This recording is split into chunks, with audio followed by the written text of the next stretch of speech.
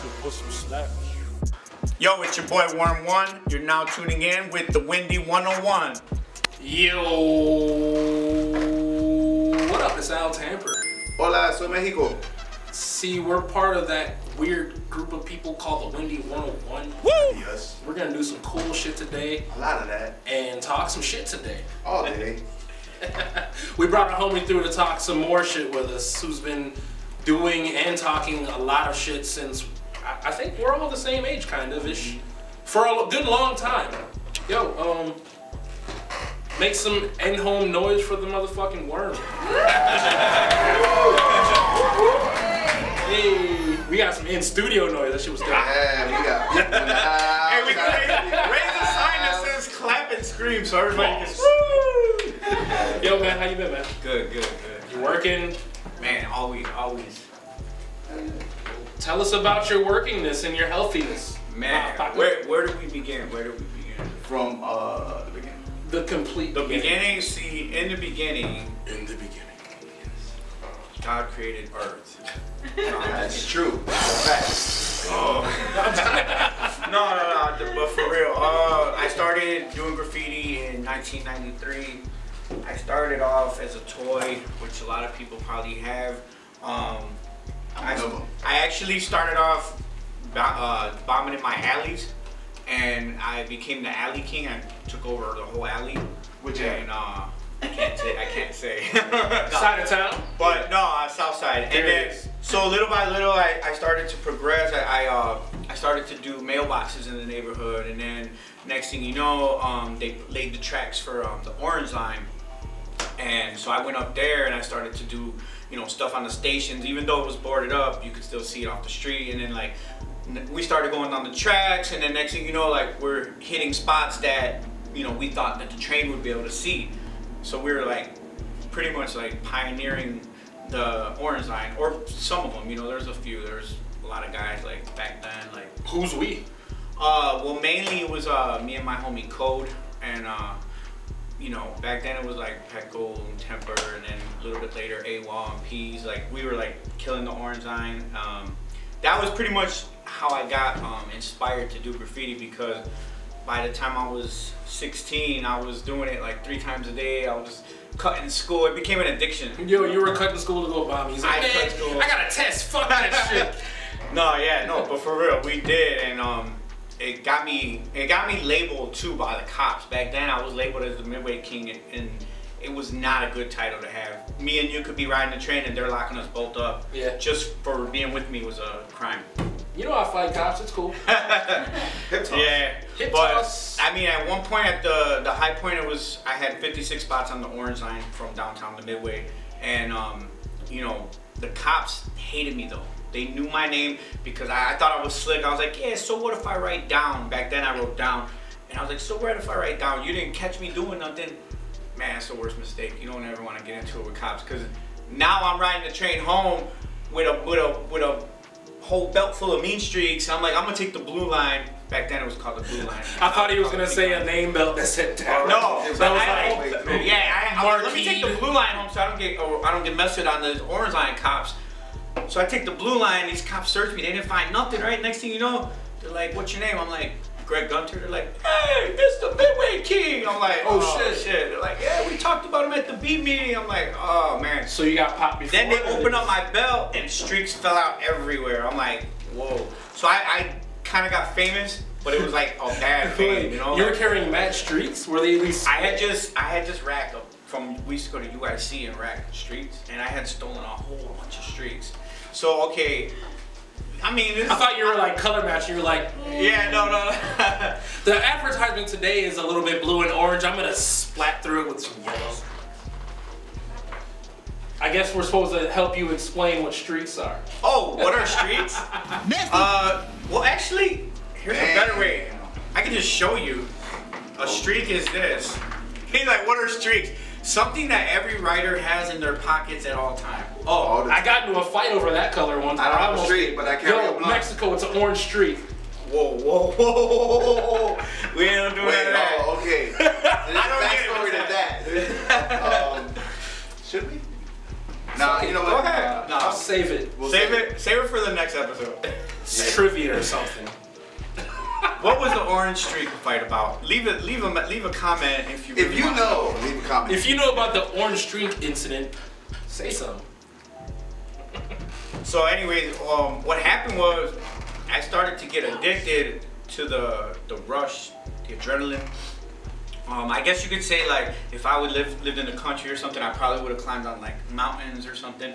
But since I lived in the city, I climbed on like water towers and billboards, and like I had to do the crazy, not just the spots that were high.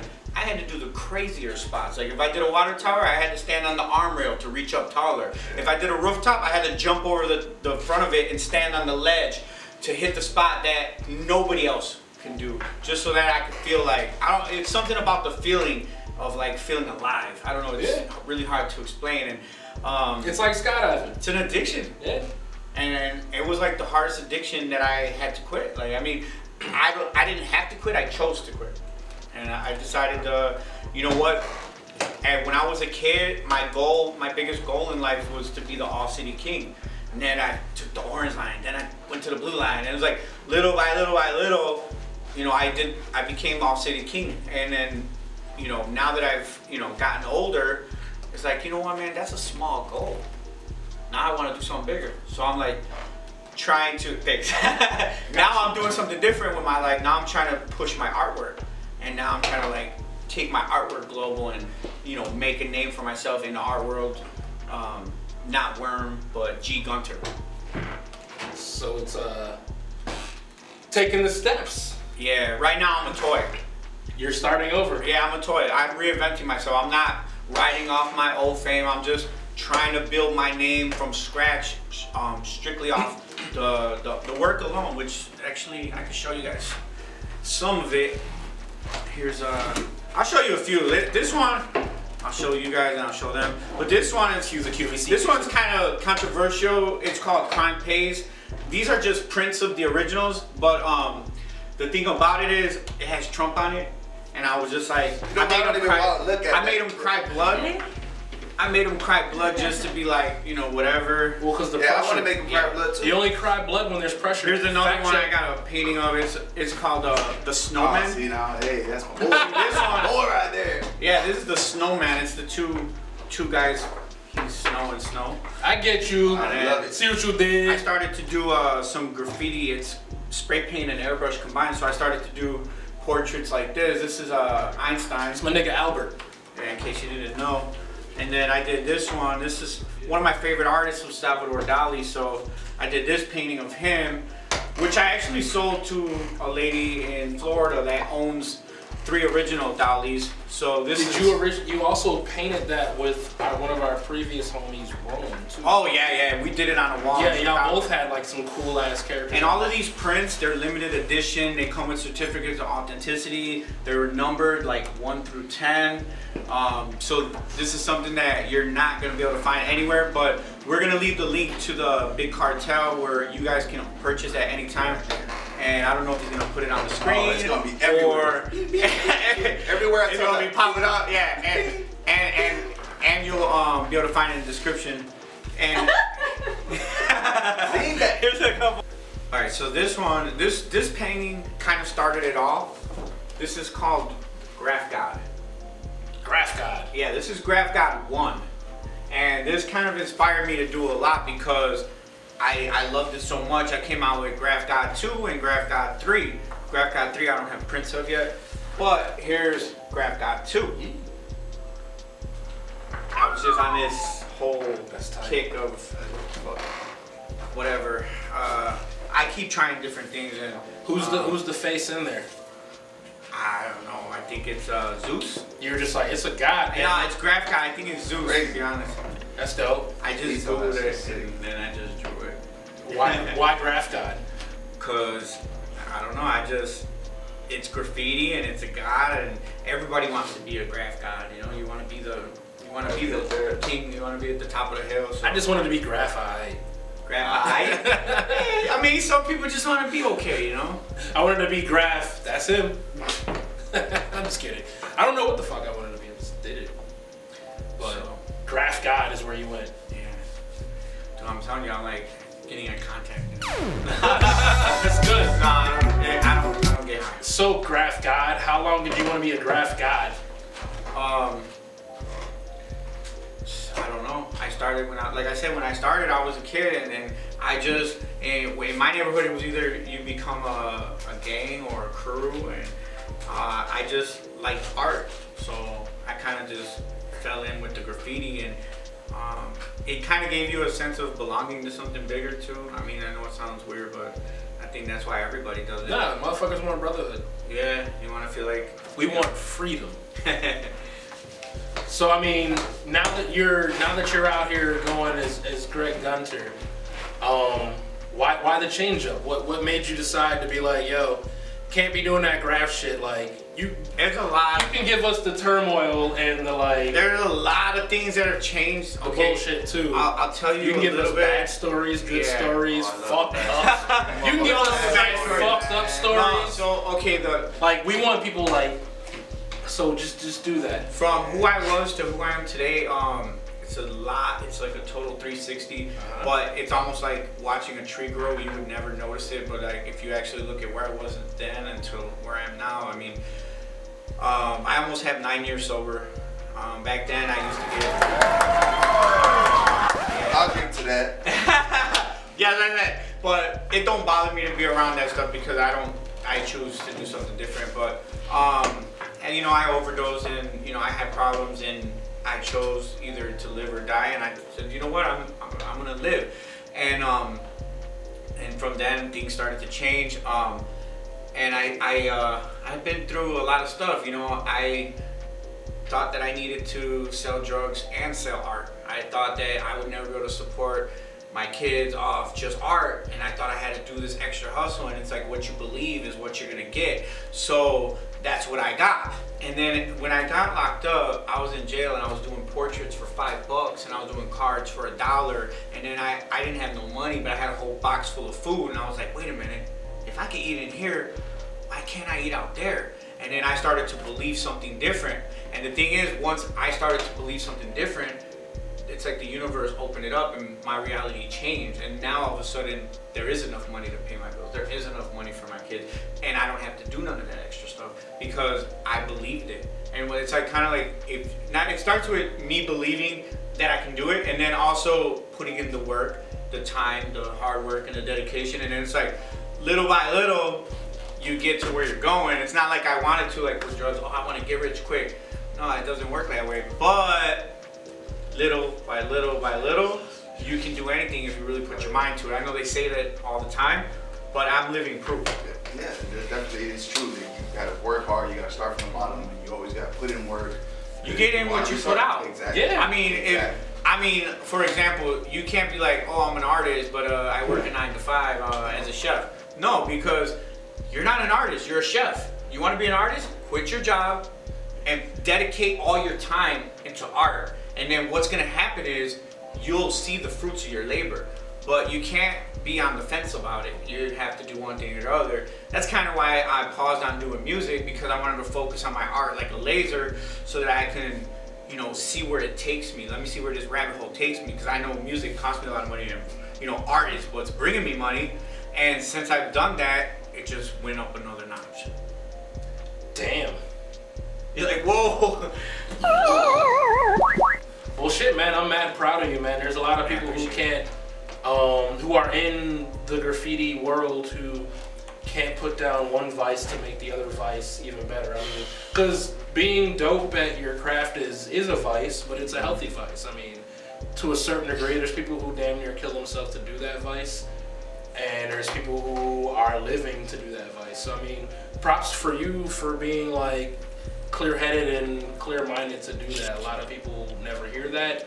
It's okay to be that way. I mean, sure, yeah, we out here blowing clouds and drinking beer, but that's I don't judge nobody. Well, that's because everyone does their thing, how they're gonna do their thing, and you decided it was time to, I think, honestly, throw some water in the face of that motherfucker and be like, all the addictions, the hardest addiction for me was graffiti. Yeah. Because graffiti, you know, I think I've, from 93 till now, has been like over 20 years good, and it become a part of you where it's like you just want that feeling.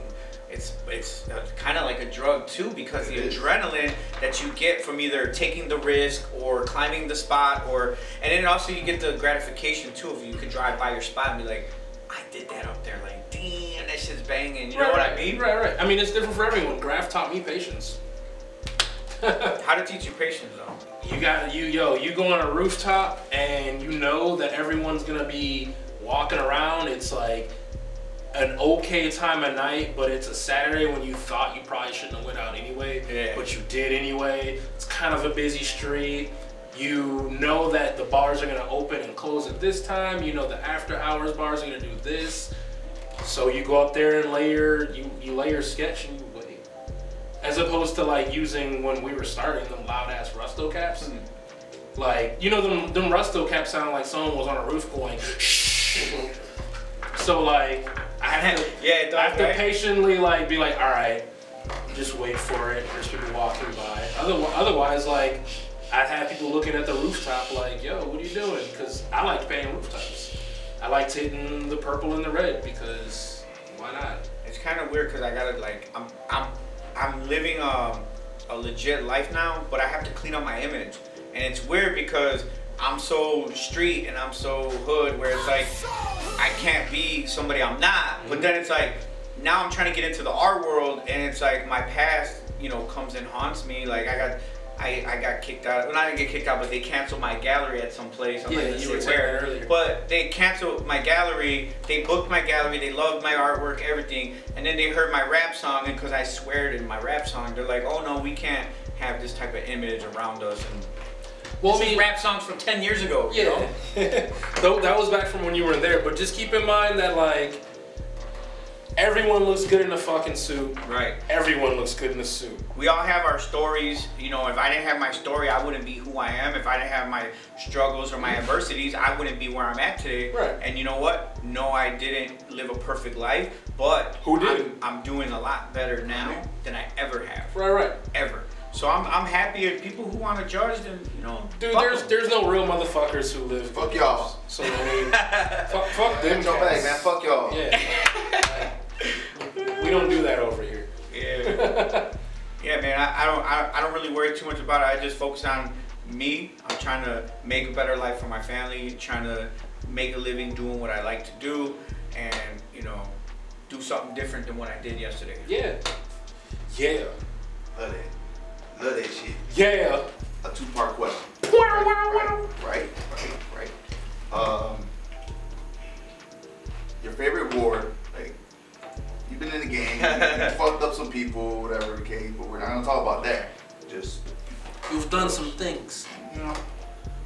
And your close call, like you almost got caught, but you punched him in the jaw and then he damn, something crazy. Damn, that's cool. Yo, Trickster was talking about jumping off of roofs and shit, but he's like 20 feet tall, so no pressure. Yeah, okay, so yeah, I was just thinking like, man, I remember one time I elbowed a cop in the mouth, but I wasn't over graffiti. That was because somebody was smoking a blunt with me, and then when he sees the cop coming, he threw it on the floor in front of me, and I was like, I kicked the blunt. I'm like, you stupid motherfucker. And then the cop came to grab me, and I was like, let me go, and I like, boom, I elbowed him in the mouth, and I guess I busted his lip. It was an accident, but I ran and I got away. I had to go. I ended up hiding in my boy's crib and shit. But so like, as far as wars, like, man, we've been in a few. A lot of them didn't end up like how we wanted them to. A lot of them, you know, people got hurt, and you know, a lot of fucked up shit happens in wars that shouldn't be. And the one war that I liked, that I had the most fun, and I have uber respect for them now afterwards, is the Cab versus War Crew war. We warred them, and in the beginning of the war, we called it. We're like, you know what? We're gonna keep it graffiti, and we respected it, and they respected it. And it was like, it was so crazy that, you know, we would be painting, and then they would be painting, and then we'd see them painting, and then, you know, they'd be driving away with their camera. We like seen them with their camera like this, about to get their flick, and we already had half of it fixed. You know, it was like literally to the point where you know, like these trailers on California, they were hitting them, and then Buds and Bomb was up there like just fixing it, and then they didn't even notice, but then eventually they're like, what the hell? And then they're like, wait, and then Bomber's like, I got all night. It was like it would be so crazy that we would have to go over the spot 3 times just for it to rock for one day. So it was like real competitive, and we kept it graffiti. And that's what I loved about it. And you know, I give them a lot of respect because they did their thing too. And it was a lot of fun. It was a lot of unity involved. Like we called each other, like not them, but our crew would be like, yo, I got this spot, you got that spot. And we were like on point with who was fixing what, and we like synchronized totally. And I remember the Damon Factory, you know, they stamped the Damon Factory, so we went there and we fixed it. But I was like kind of thinking ahead. I brought some extra shit and I stashed it in the Damon Factory. And here it is. I stashed it in the Damon Factory. Yeah, and here it is. The last day of the war was on Thanksgiving, and it was at the park at McKinley. There's like, you know, 50 people at the statue. They're all at the statue at 11 a.m. And, you know, me, Bomber, and Buzz, we're at the Damon Factory fixing the roller with bumper-to-bumper traffic. And I remember AWOL pulled me aside and he's like, man, bro, I was going to get, because they did it at 8 in the morning so that they could have it for the last day. And then we're like, nah, I don't think so. So we're like, let me just fix this real quick. And we were fixing it while he's like, man, I went to go get my picture and you guys were already fixing it. You know what I mean? Like that was the funnest war. Like I mean, fixing it as in they were flipping you? I was fixing it. And they pulled over on the highway to take pictures of their stuff, but it was already gone. So it was like, it was real competitive and, you know, it was a lot of fun. That's dope. As far as if you get that picture of them, like, trying to flick it. Yeah, that'd be dope. Yeah, no, like a whole lot of this. Hey, War Crew, man. Hey, shout out to War Crew. I give you guys a lot of respect. You guys definitely gave us some competition and definitely was a lot of fun, and we have a new respect for each other now. So I think it was good. That's dope. That's a war that a lot of people don't talk about. Like, if you know about it, you know about it, but we just got to wrap up about it. Yeah, and it was that, you know, that was the thing too. It was crazy because like I remember after a whole night of rocking, I'm doing rollers, fill-ins, I'm tired. I'm like, because there was only about maybe 10 to 12 of us. There wasn't a lot of us, and we only had one car in the whole crew like back then. So I remember like at the end of the, I want to say like 04, something like that maybe. But then I remember at the end of the night I was like, man, there's 2 spots I didn't get to fix. I was like, man, there's one on Archer, there's one on 47. I was like, man, fuck it, I'm tired. It's already, the sun's already coming up. It's like when the sun comes up, clock expired, the night's over, you know? And so we drive by the one on 47, and my boy Kaiser, rest in peace, and Klebs, they already hit it. They're north side. They came down and they just did it. It was on the list of spots that we needed to fix. They saw that took care of it. Yeah, and then there was another spot on Archer, and I drive by to see, and I seen Bomber right there. He's up there doing it. I was like, oh shit, these guys are on point. I was like, all right, we got everything done for the night, you know. And it was like a battle for the night. It was not even for like each spot was for a night. That's how it was, you know. And that's dope. You had a list, like. Yeah, it was kind of like, on it. Yeah, we had a list between us, you know, like, oh, okay, I'm gonna do this, you're gonna do that, and then sometimes we would have to go back 2 to 3 times in one night. Imagine going to do the same spot 2 or 3 times in one night, just for it to pimp for one day. You know what I mean? Right. Without resorting to the other side of how battle. No, and we would see them. We would see them on the tracks, you know what I'm saying? I remember we were going to do the roller bombs on the bridge on Ashland, and I seen Actor and a couple of them, and you know, Actor was my boy. Actor's my homie. I say what's up to him. And like, they're doing fill-ins, but we're doing rollers. So it's like, you can't stamp us. Like, at least not right now. Not all of it. You can't, yeah, at least not right now. Yeah, exactly. You can get a letter. You now can do 2 fills over a seat. When you you see them doing some shit, and you guys said you guys kept it graph. Yeah, we would bump into each other where we would pass each other sometimes, and we bumped into them. We wouldn't say shit. They wouldn't say shit. We've actually, like I said, my guys were on the spot next to them, stamping it while they were doing it. Like that's how it finally. And then it got to the point where Bomb's like, I got all night, and dude's like, all right, fuck it, he left. You know. But there was respect. Yeah, there was all night, kid. Yeah. But there was times where like we would just wait for them to leave, and then as soon as they left, we went up there, and then like we're already fixing it so that when they're driving by to get their picture, we're already up there fixing it. I mean, there was times that they were on top too, and they were like on it, and that's why I said it was so competitive. You know, that's why I said I give them a lot of props. Now, thinking about the other thing you asked, I have 2 stories. One where I got away, and one where I got caught. Go. I would say the craziest story where I got away.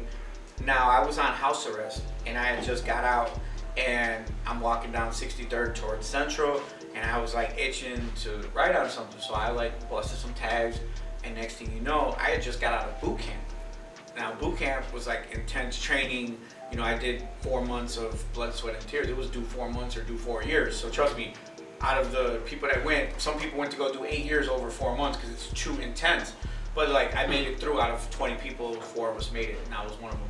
So I was in the best shape of my life. I just got out of boot camp. I had a house arrest band on my ankle, so I have to be really careful because anything you can go back. Now I'm walking down the street and I'm busting a tag, and a cop rolls up right next to me, literally right next to me. Are you GPS'd on this thing? No, what do you mean GPS? Can they be like, there's Gunter? No, not back then, not back then. So anyways, and plus the cop didn't know that I had a band on. So anyways, because you were wearing like size 40 pants when you were like. so they jump out on me, right? And it's point blank range. Like I'm supposed to just put my hand on the hood and that's it. I ran around the cop car, across the street, ran, and I hit the corner, and I literally lost them for like 3 seconds. Hit the corner, and there were some bushes on the corner. I jumped and I jumped in the bushes right there on the corner. So as soon as I turned, I jumped in the bushes. Cops just ran right past me. They started looking in gangways. They're asking the neighbors, did you see somebody? They're like, no, we didn't see nothing. I stood there for like, 5-10 minutes until the coast was clear, and then I left. Now that was like the closest ever. Like they were literally next to me, and I almost got caught, but I got away because I just like if you can lose a cop for like 1 minute or 2 seconds, however long, if you can just lose enough time so that you can hide, that's the best way, because you're never gonna outrun a radio. You can never outrun a radio.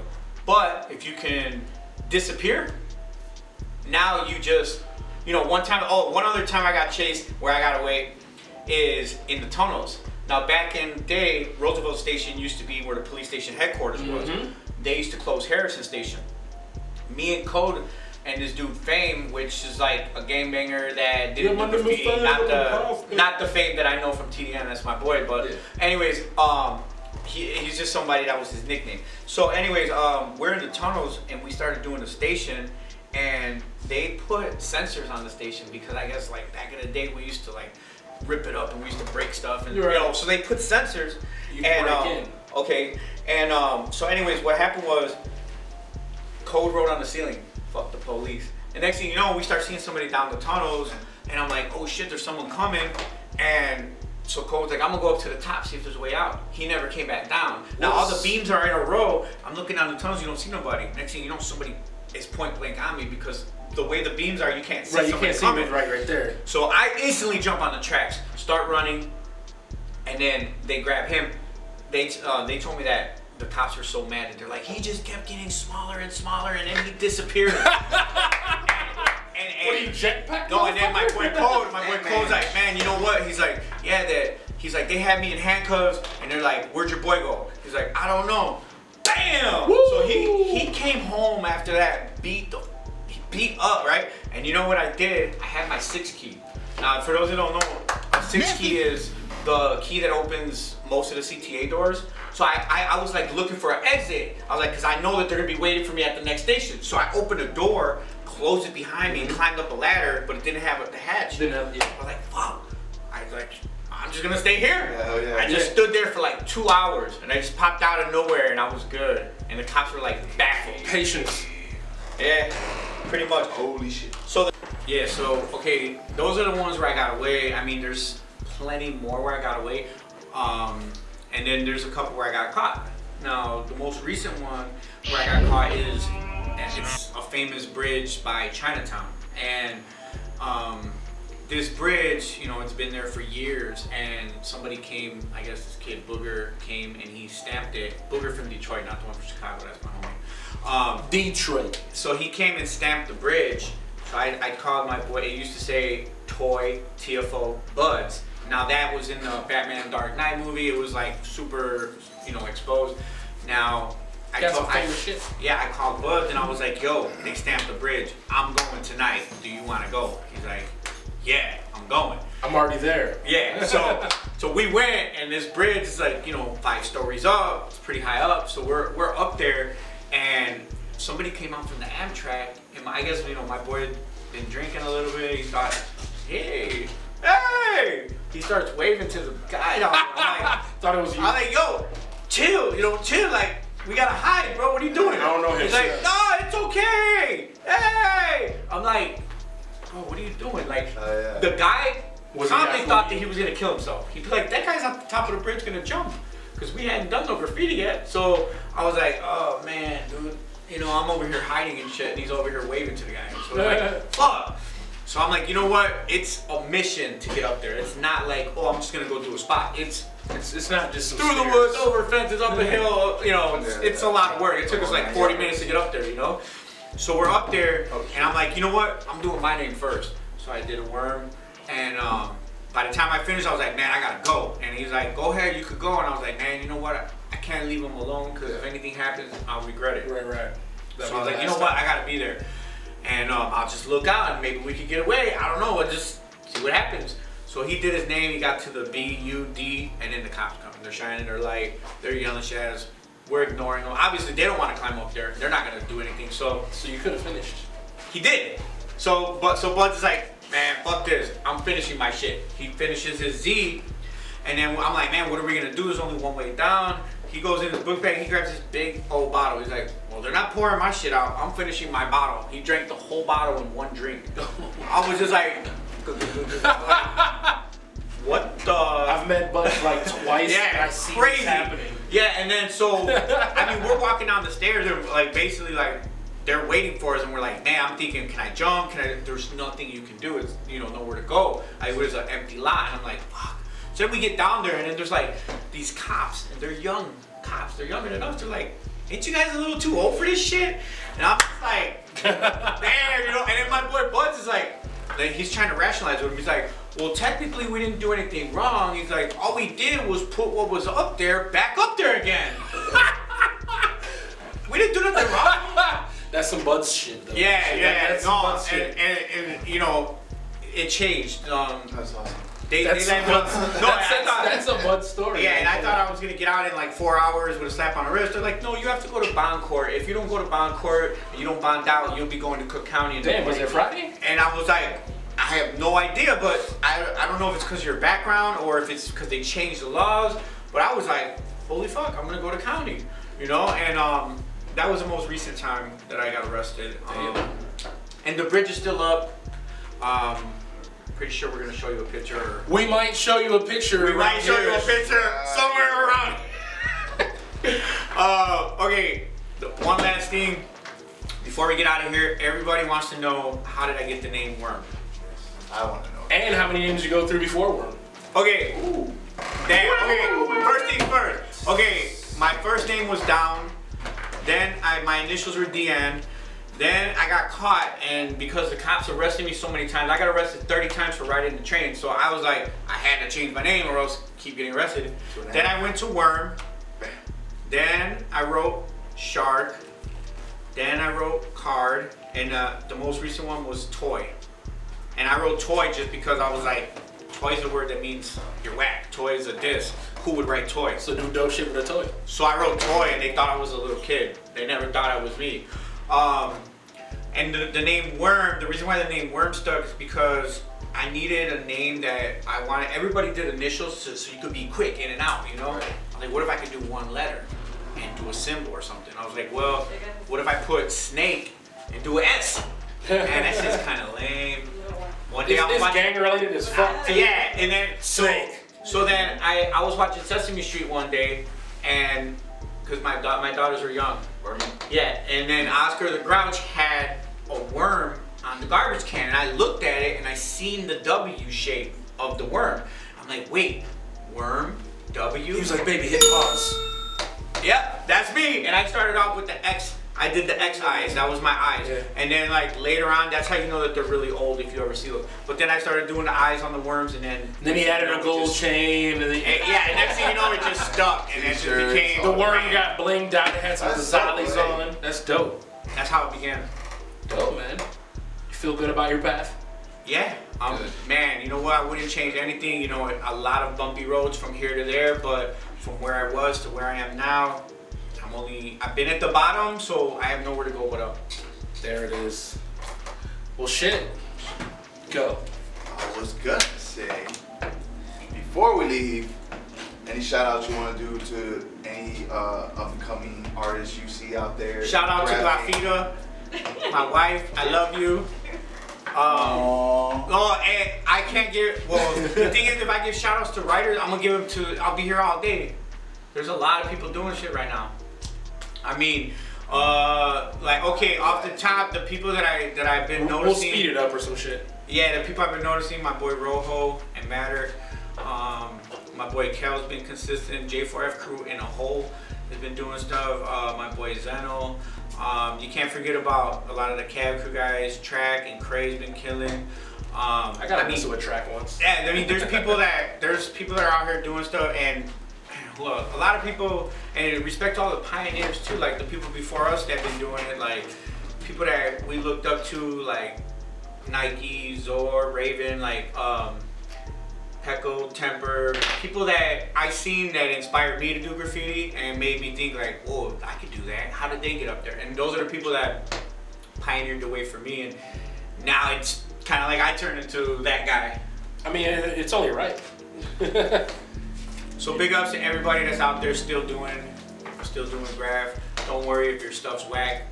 It'll get better. You'll get better. Just stick in there. Nice. Fight the good fight. Well, shit. You got some things for us? Should we be talking about where we could be finding you? Yeah. Well, okay. I'm gonna put my social medias down, and I'm gonna put the Big Cartel where you can buy all the prints. We do ship out. Yeah. Appreciate it. Dope, man. Oh, on Instagram, it's werm312. WERM 312. Wow. Ta-da. Woo! Well, shit. Should we on that note it? On that note, I am Mexico. My name's Al Tamper. And I'm Worm1. And it's the Windy 101. Yeah. Yo, this is Al Tamper. I'm Mexico. Yo, this is Windy 101. Click all these links around the fucking squares and shit. Or hit the bell. And hit the bell. Just hit the bell wherever it is. See. Tell your moms. It might be cool for you. What he said. Killing your feelings with skillings, drilling the millions. Idiots really missing it, son and them and they minions. These silly kiddies plead the fittest with that lip they flapping. Trust we checking shits because Telly said slap the shit out of them. Up in your crib like it's Penaz, I put my feet up. Right after your party where your crew just watch you get stuck up. That shit was only practice, we still call that up and coming. All we do is show up. Motherfucker.